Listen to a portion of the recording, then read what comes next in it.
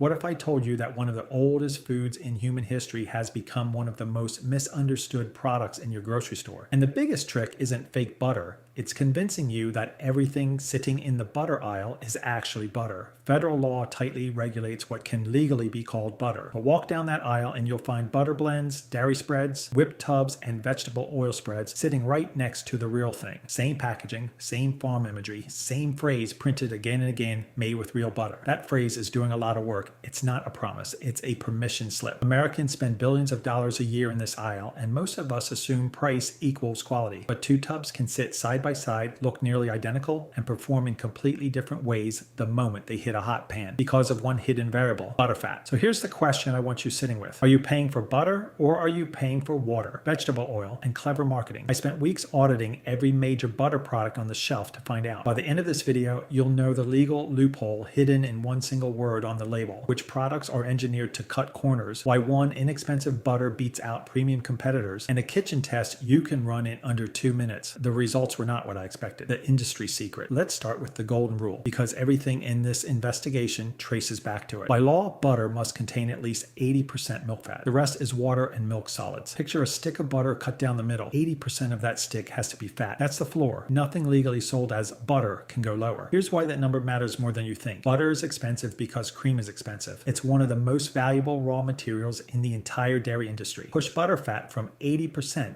up to 82 or 84%. And a manufacturer needs more cream and has less room left for cheap, plentiful water. Follow the math. If cream is the expensive ingredient, every extra percentage point of butterfat costs real money. That's exactly why so many commodity butters sit as close to 80% as the law allows, not a fraction higher. That single fact explains 3 corporate strategies you'll see over and over in this aisle. Strategy 1, stay at 80%, meet the legal minimum, and stop there. Strategy 2, sell butter blends, cutting real butter with canola oil, soybean oil, or palm oil to make a product that spreads easier, costs less, and sits on the shelf longer. Strategy 3, sell you convenience. Whipped butter, spreadable butter, butter blended with olive oil. Price as if it's an upgrade, when in reality you're often getting less actual butter per package. You think you're paying for convenience. What you're often paying for is dilution. So which products in this aisle deliver real value and which ones are running almost entirely on marketing? Let's open the fridge. Product audits, the skip list. First up, I can't believe it's not butter. The label leans on butter imagery and the words made with real butter. Flip it over and the story changes fast. The primary fats are vegetable oils, not cream, propped up with emulsifiers and flavor systems designed to mimic butter's taste. This is a butter alternative. It is not butter. If you're specifically shopping for butter, this is one to skip. Next, Country Crock Original Spread. The branding is pure farmhouse nostalgia, and it's stocked right in the butter aisle to reinforce that impression. But the primary ingredients are vegetable oils, not cream, and that changes everything about how it behaves in your kitchen. How it melts, how it browns, how it performs in a pie crust. This is a textbook case of shelf placement doing the marketing department's job for them. Then there's Smart Balance Original, sold on heart health messaging in a health-focused halo. Strip away the marketing and what you're left with is a vegetable oil emulsion engineered for a specific health profile with its own cooking performance and its own flavor, neither of which is butter's. Health positioning is not the same thing as being butter, and the label wants you to blur that line. Next up, the spreadable butter category ups products like butter blended with canola oil, sold on one promise: spreadable straight from the fridge.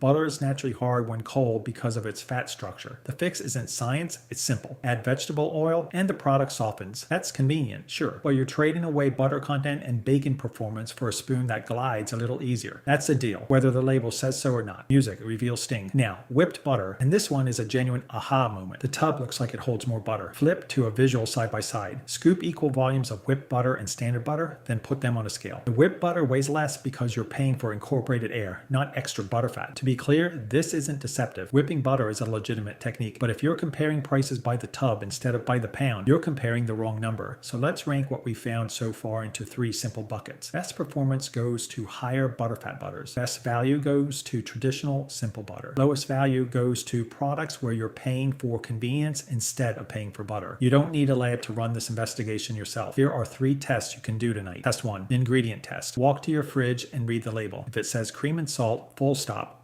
you're holding real butter. If you see soybean oil, palm oil, canola oil, or a list of emulsifiers, you're holding a butter blend or a spread, not butter. Test 2, the melt test. Melt equal amounts of 2 different products side by side in separate pans. Watch for water release, splattering, foaming, and separation. Higher butterfat butter typically sputters less and delivers a richer, silkier mouthfeel because there's simply less water fighting the hot fat. Test 3, the baking challenge. Bake 2 identical batches of cookies, one with standard butter, one with a European style higher butterfat butter. Compare the browning, the spread, the texture, the flavor. The difference is not subtle, and once you taste it side by side, you'll never look at butterfat percentages the same way again. The real list, the products actually worth buying. Now, for the part of this investigation I actually enjoyed, because not every brand in this ale is running a scheme. Some of them are doing this exactly right, and they deserve credit. I judge every product against 6 criteria: butterfat, ingredient simplicity, manufacturing standards, transparency, price, and real-world performance. Coming in at number 5, Challenge Butter. 2 ingredients: cream and salt. Consistent quality batch after batch. Strong value, and it's sold almost everywhere. Think of it as the best everyday butter you can grab without overthinking it. Number 4, President. This is a French butter-making tradition translated onto American shelves with a higher butterfat content that makes it excellent for cooking. European dairy regulations have historically pushed butterfat higher than the American baseline, and you can taste the difference. Number 3, Vermont Creamery. This is cultured butter, meaning bacterial cultures are introduced to the cream before churning,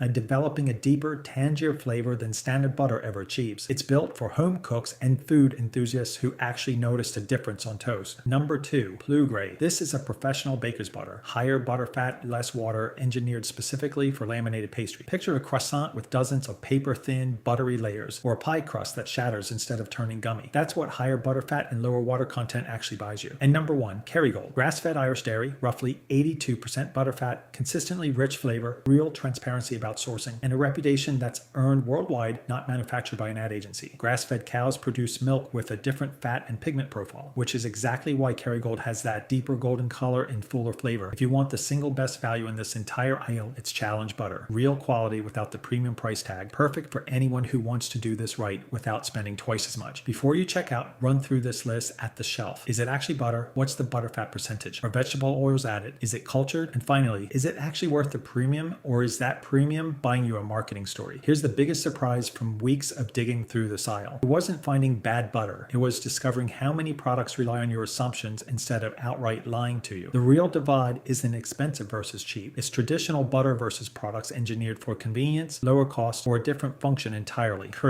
And both can be legitimate choices, as long as you know which one you're actually buying. Understanding the label doesn't just protect your wallet. It puts you back in control of your own kitchen, whether you're cooking dinner tonight or laminating dough for a Sunday croissant. So the next time you're standing in the dairy aisle, don't let the packaging make the decision for you. Flip the package over, read the ingredients, and remember, the best butter never needs a long list of ingredients to prove its quality. The food industry doesn't always tell you the whole story, but you have the right to know the truth. If you enjoyed this investigation, subscribe to Buyer Beware, because there's a lot more hiding in your grocery cart than you think.